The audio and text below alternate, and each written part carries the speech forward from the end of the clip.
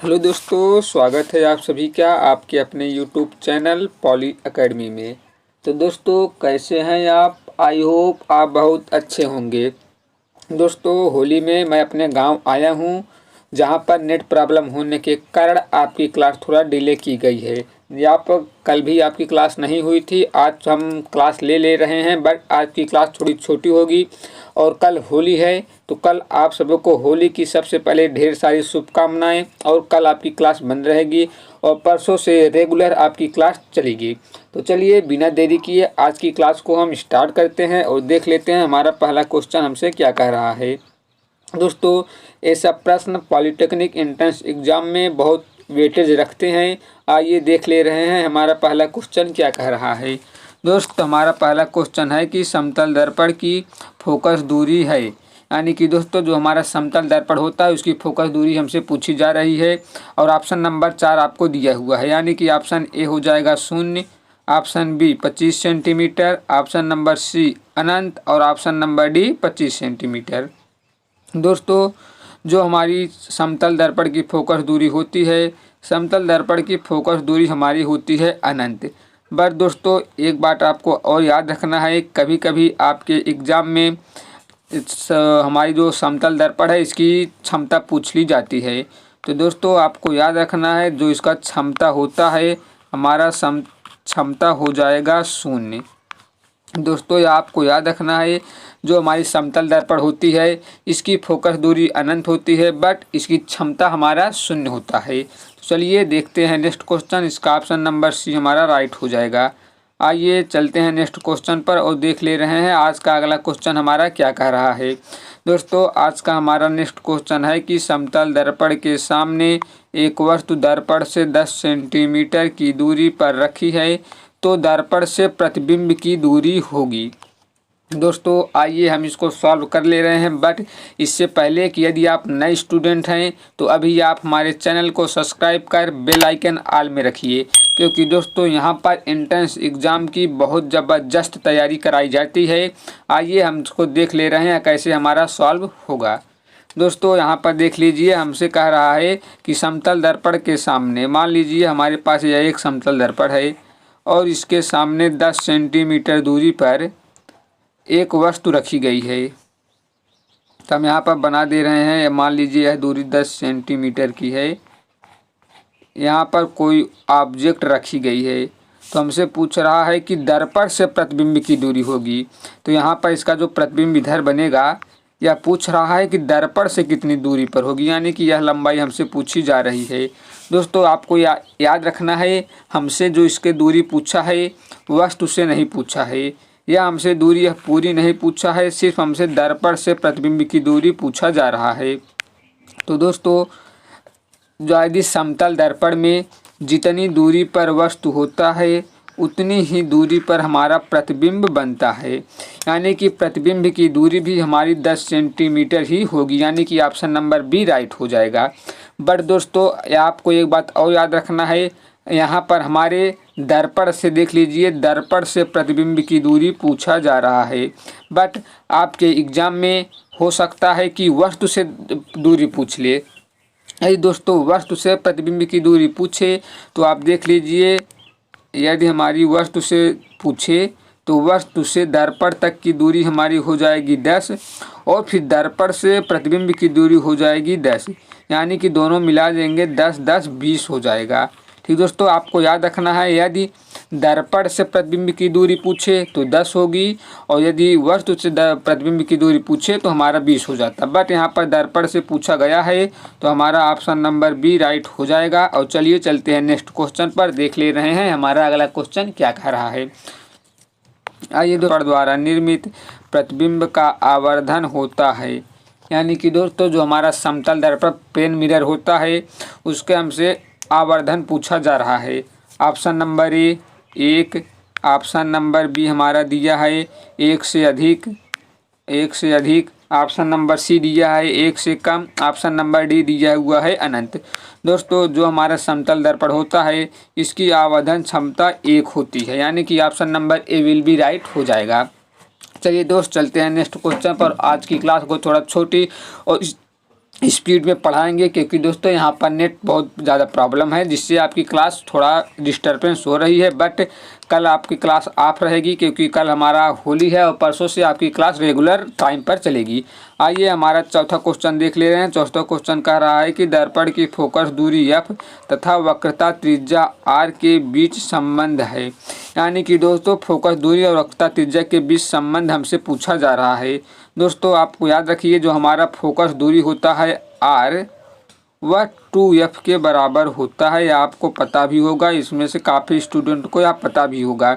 यानी कि जो हमारी वक्रता त्रिज्या होती है वह फोकस दूरी का 2 गुना होती है। यानी कि हमारा देख लीजिए r इक्वल टू एफ किस में दिया है, ऑप्शन नंबर सी में दिया हुआ है। यानी कि ऑप्शन नंबर सी हमारा राइट हो जाएगा।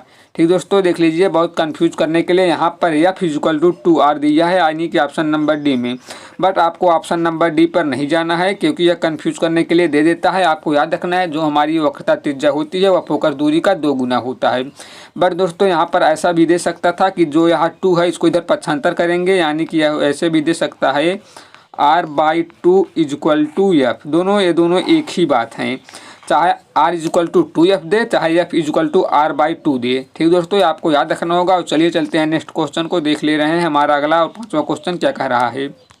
दोस्तों हमारा पांचवा क्वेश्चन है कि एक उत्तल दर्पण की फोकस दूरी 12 सेंटीमीटर है, दर्पण के उत्तल पृष्ठ की वक्रता त्रिज्या होगी। यानी कि दोस्तों जो मैंने अभी आपको फार्मूला बताया उसी पर बेस हमारा यह न्यूमेरिकल दिया है। दोस्तों देख लीजिए, हमारा फोकस दूरी दे दिया है 12 सेंटीमीटर और वक्रता त्रिज्या हमसे पूछा जा रहा है। दोस्तों अभी मैंने आपको बताया, जो हमारी वक्रता त्रिज्या होती है आर, वह फोकस दूरी का 2 गुना होता है, यानी कि r इक्वल टू 2f। ठीक दोस्तों, अभी मैंने आपको बताया। और यहाँ पर देख लीजिए, जो हमारा r होता है यह हमारा होती है वक्रता त्रिज्या, और जो हमारा यह f होती है, f हमारा होती है फोकस दूरी। हमसे r यानी वक्रता त्रिज्या पूछा ही गया है, और वक्रता त्रिज्या होती है हमारी फोकस दूरी का 2 गुना, यानी 2 इंटू एफ, और एफ का मान दिया हुआ है हमारा 12 सेंटीमीटर। यहाँ से आप आर का मान निकाल सकते हैं, 12 दूना के 24, यानी जो हमारा वक्रता त्रिज्या हो जाएगा यह हमारा हो जाएगा 24 सेंटीमीटर। अब दोस्तों आप देख लीजिए 24 सेंटीमीटर कौन से ऑप्शन में दिया हुआ है। जिस ऑप्शन में 24 सेंटीमीटर दिया होगा वह हमारा ऑप्शन राइट हो जाएगा। और आप देख सकते हैं हमारा ऑप्शन नंबर डी 24 सेंटीमीटर के साथ जा रहा है, यानी कि हमारा ऑप्शन नंबर डी राइट हो जाएगा। चलिए दोस्त चलते हैं नेक्स्ट क्वेश्चन पर, देख ले रहे हैं हमारा अगला क्वेश्चन क्या कह रहा है। और दोस्तों यहाँ पर नेट प्रॉब्लम काफ़ी ज़्यादा है, तो थोड़ा माफ़ कीजिएगा हमें। और देखते हैं हमारा नेक्स्ट क्वेश्चन क्या कह रहा है। हमारा अगला और छठा क्वेश्चन है कि एक उत्तल दर्पण की फोकस दूरी 20 सेंटीमीटर है, उसकी वक्रता त्रिज्या होगी। दोस्तों यह न्यूमेरिकल सेम उसी की तरह है जो पिछला क्वेश्चन था हमारा। यहाँ पर भी देख लीजिए, फोकस दूरी देकर हमसे वक्रता त्रिज्या पूछा जा रहा है। दोस्तों आपको पता होगा, अभी मैंने आपको बताया जो हमारी वक्रता त्रिज्या होती है वह 2f के बराबर होती है, यानी कि r इक्वल टू 2f। अब यहाँ से दोस्तों हमारा वक्रता त्रिज्या यानी r का मान पूछा जा रहा है, निकाल लेंगे। यहाँ पर हो जाएगा 2 और f का मान दिया हुआ है हमारा 20 सेंटीमीटर। यहाँ से r का मान आप निकल जाएगा, 20 दूना के 40 सेंटीमीटर हो जाएगा। और दोस्तों आप देख लीजिए 40 सेंटीमीटर जिस ऑप्शन में दिया होगा वह हमारा ऑप्शन राइट हो जाएगा। और दोस्तों आप देख सकते हैं हमारा 40 सेंटीमीटर ऑप्शन नंबर सी के साथ जा रहा है, यानी कि हमारा ऑप्शन नंबर सी राइट हो जाएगा। चलिए देख ले रहे हैं हमारा अगला क्वेश्चन। और दोस्तों आई होप आप सब यह क्वेश्चन को अच्छे से समझ रहे होंगे। यह दोस्तों प्रश्न पॉलिटेक्निक एंट्रेंस एग्जाम का चहेता क्वेश्चन है, या हर बार देखने को मिलता है यहाँ से।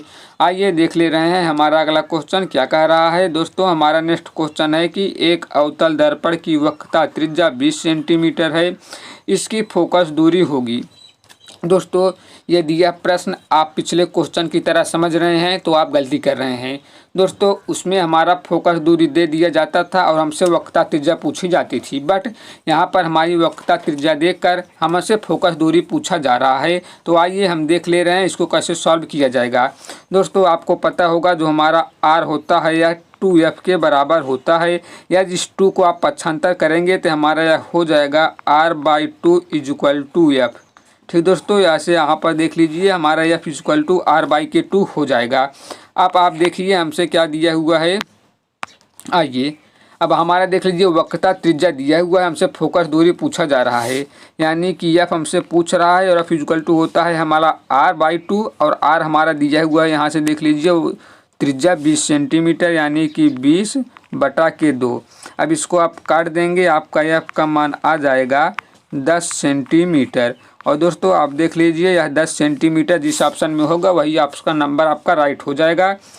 दोस्तों यहाँ पर देख लीजिए मिस प्रिंट है, इसका ऑप्शन नंबर सी और ऑप्शन नंबर डी दोनों राइट हो जाएगा, यानी कि दोनों में 10-10 सेंटीमीटर दे दिया है। दोस्तों हमारा मिस प्रिंट है, ऑप्शन नंबर डी को आप बना लीजिए 10 मीटर, यानी कि हाँ दोस्तों अब सही हो जाएगा, यानी कि ऑप्शन नंबर डी को आप मिला लीजिए 10 मीटर, तो यानी कि हमारा ऑप्शन नंबर सी राइट हो जाएगा 10 सेंटीमीटर। ठीक दोस्तों, चलिए चलते हैं नेक्स्ट क्वेश्चन पर भी देख ले रहे हैं हमारा अगला क्वेश्चन क्या कह रहा है। आइए दोस्तों, हमारा अगला क्वेश्चन है कि एक उत्तल दर्पण की फोकस दूरी होगी जिसकी वक्रता त्रिज्या 32 सेंटीमीटर है। दोस्तों ऐसा प्रश्न मैंने अभी आपको बताया, आई होप आपको इसमें कोई प्रॉब्लम नहीं होना चाहिए। देख लीजिए, हमसे वक्रता त्रिज्या देकर और फोकस दूरी पूछा जा रहा है। अभी मैंने आपको बताया जो हमारी फोकस दूरी एफ होती है वह वक्रता त्रिज्या की आधी होती है, यानी कि एफ इक्वल टू r/k2। अब दोस्तों आर का मान रखकर आप निकाल सकते हैं, एफ इक्वल टू आर का मान दिया है हमारा 32 बटा के 2 कर देंगे, यहाँ से कट कर आ जाएगा एफ इक्वल टू 16 दूना के 32, यानी कि एफ का मान दोस्तों हमारा 16 आ जाएगा। और 16 हमारा ऑप्शन नंबर सी के साथ जा रहा है, यानी कि हमारा option number C will be right हो जाएगा। चलिए दोस्तों आज देखते हैं नेक्स्ट क्वेश्चन को और देख ले रहे हैं हमारा अगला क्वेश्चन क्या कह रहा है। दोस्तों हमारा अगला क्वेश्चन है कि किसी दर्पण के सामने किसी वस्तु को रखने पर उसका प्रतिबिंब वास्तविक उल्टा व आकार में कुछ छोटा बनेगा। यानी कि दोस्तों हमसे पूछा जा रहा है कि इस दर्पण के सामने वस्तु को रखने पर उसका प्रतिबिंब वास्तविक उल्टा व आकार में कुछ छोटा बनेगा। ऑप्शन नंबर ए उत्तल, ऑप्शन नंबर बी अवतल, ऑप्शन नंबर सी इनमें से कोई नहीं और ऑप्शन नंबर डी दिया हुआ है समतल। दोस्तों यदि हम इसके राइट आंसर की बात करें तो हमारा ऑप्शन नंबर ए राइट हो जाता है, यानी कि दोस्तों उत्तल दर्पण में वस्तु को रखने पर उसका प्रतिबिंब हमेशा वास्तविक उल्टा और आकार में छोटा बनता है, यानी कि option number D A right हो जाएगा। यदि ऑप्शन नंबर बी को देखें तो दोस्तों ऑप्शन नंबर बी यानी अवतल दर्पण होता है और अवतल दर्पण में छह प्रकृति होती है, इसमें वस्तु के बराबर भी, वस्तु से छोटा और वस्तु से बड़ा, यानी कि तीनों प्रतिबिंब बनता है। और ऑप्शन नंबर डी को चेक करें तो ऑप्शन नंबर डी हमारा है समतल, और समतल दर्पण में हमेशा वस्तु के बराबर का प्रतिबिंब बनता है। यह आपको तीनों याद रखना होगा। और चलिए चल रहे हैं अगले क्वेश्चन यानी 10वां क्वेश्चन को देख ले रहे हैं। दोस्तों हमारा नेक्स्ट क्वेश्चन है कि अवतल दर्पण वस्तु द्वारा किसी वस्तु का बना प्रतिबिंब आभासी, सीधा तथा वस्तु से बड़ा पाया गया वस्तु की स्थिति होगी।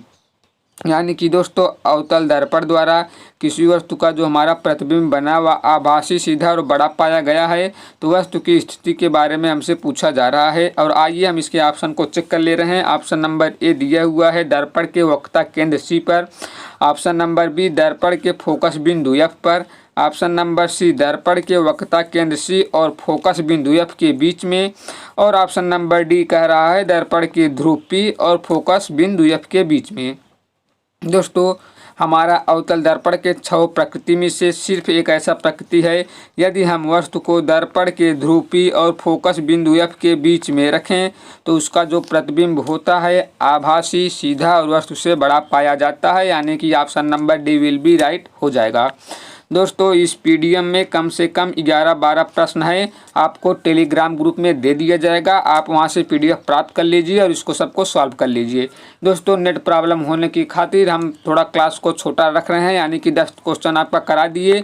इस पीडीएफ में आप देख सकते हैं 15 क्वेश्चन है। इस पीडीएफ को आपको अभी मैं आपको टेलीग्राम ग्रुप में भेज दे रहा हूँ, आप वहाँ से डाउनलोड कर लीजिए और 15 के 15 प्रश्न को आप सॉल्व कर लीजिएगा। और दोस्तों यदि आप हमारे टेलीग्राम ग्रुप में नहीं जुड़े हैं तो लिंक डिस्क्रिप्शन में है, अभी वहां पर ज्वाइन हो जाइए। वहां पर आपको क्लास से रिलेटेड जानकारी और फ्री क्विजेज तथा क्लास का पीडीएफ मिल जाता है। तो चलिए आज की क्लास को यहीं तक रखते हैं। आप सभी को होली की ढेर सारी शुभकामनाएं। मिलते हैं नेक्स्ट क्लास में, तब तक के लिए bye bye, love you all and take care.